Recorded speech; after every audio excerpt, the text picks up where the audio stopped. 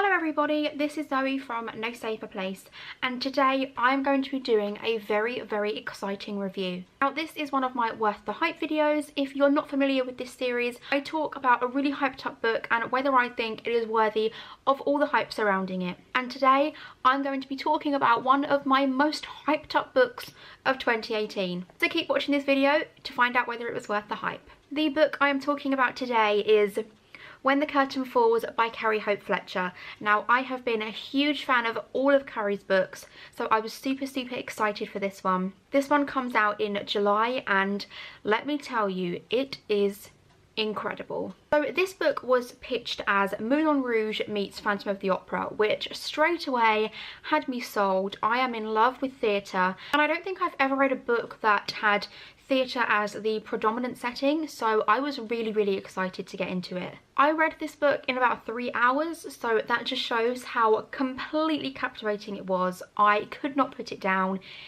I'd say it was probably my favourite from Carrie, because I felt like she was so comfortable writing this book. Obviously, theatre is something she knows really well, so it seemed like putting theatre and writing together was just like a dream come true for her, and I could really tell that with her writing style. It's definitely unlike anything Carrie has ever written. Carrie usually goes for the magical realism setting, and you can really tell that it's her voice, but this one was just completely different for me. This book is a dual narrative, which I usually really struggle with. I don't like keeping up with two stories, but this one flowed beautifully. It was really easy to follow, and I think because the characters were all so distinct, there was no way that you were going to get confused with them. So as I say, it was a dual narrative. One is set in the modern day and one is set in 1952. Now the story focuses on two couples, one set in each era, and they kind of follow a similar story, except in the 1952 version, the first ever showing of When the Curtain Falls is about to be aired in the Southern Cross Theatre. There is a lot of hype around it, everyone is really excited. And then in the modern day one, things are a little different, because in the 1952 version, a lot went down in the production of it. People died, things got dark, and I'm not going to say much more than that. So the two couples are Fawn and Walter, and Olive and Oscar.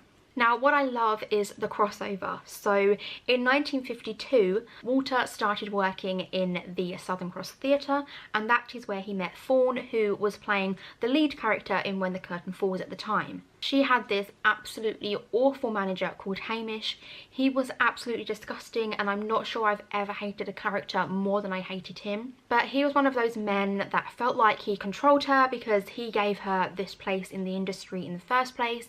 So he abuses her verbally and physically, and basically has full control over her, which Walter hates. So obviously Walter and Fawn have to sneak around, very similar to the way that Olive and Oscar do, but they sneak around for very different reasons. Walter and Fawn sneak around because Hamish would likely kill Walter if he ever found out what was happening, and Olive and Oscar sneak around because Oscar is a super famous TV star who everyone is in love with, and he's just out of this really big relationship himself, so he's just exploring his new relationship with Olive.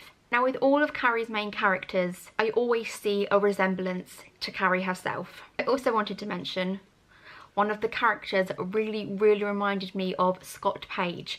Scott is one of Carrie's really close friends who is always in her videos. Now I'm not going to say who the character is. When you guys read it, I want you to tell me who you think it is. I thought the resemblance was uncanny, and I thought it was really sweet. I hate it when I see people say things like, oh, I hate that Carrie writes personality traits of herself into all her characters and puts so much of her life into the book. And let me just tell you that a lot of authors do that. I would say the majority of authors that I've met do that. It's only because we don't know many authors' personal lives and what they do behind closed doors like we do with Carrie. Carrie posts a lot of her personal life online for us to see. So of course she is going to use her personal experiences in her work just like anyone else. So as always, I did see that little glimmer of Carrie in the characters and the people in her life, but for me that is not a criticism at all. I absolutely love that, and I think it gives it more of a Carrie feel. Because of all the dark stuff that happened in 1952, this is a reenactment in the modern day of When the Curtain Falls. Of course, there is a lot of spooky goings on. And this is the part that I absolutely loved.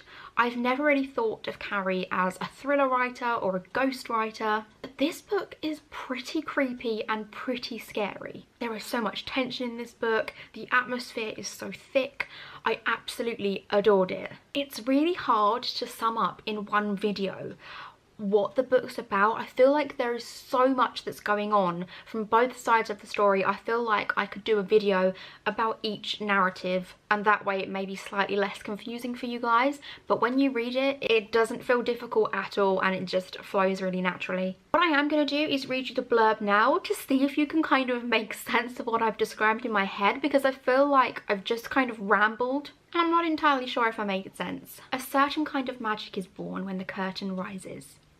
In 1952, two young lovers, Fawn Burrows and Walter Brown, meet backstage in a beautiful West End theatre during a production of When the Curtain Falls. Between clandestine meetings and stolen moments, they must hide their love from the one person who will stop at nothing to keep Fawn for himself. But life in the theatre doesn't always follow the script, and tragedy and heartache are waiting in the wings for all the players.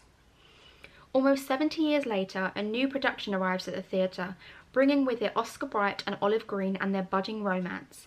But no sooner have the new cast settled into their dressing rooms than strange things begin to happen.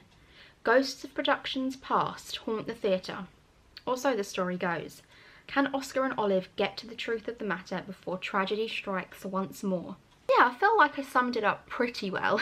I'd say the first half was really romantic, really sweet. Again, we've not really seen this side of Carrie before in writing. I mean, it is very romantic. And then the second half is just completely different. It is a thriller minute. It is so fast paced. You can't possibly put it down. And I absolutely loved it. I cannot put into words how much I loved it. I really fell in love with Olive. She is definitely flawed, but I think that made her just that bit more relatable.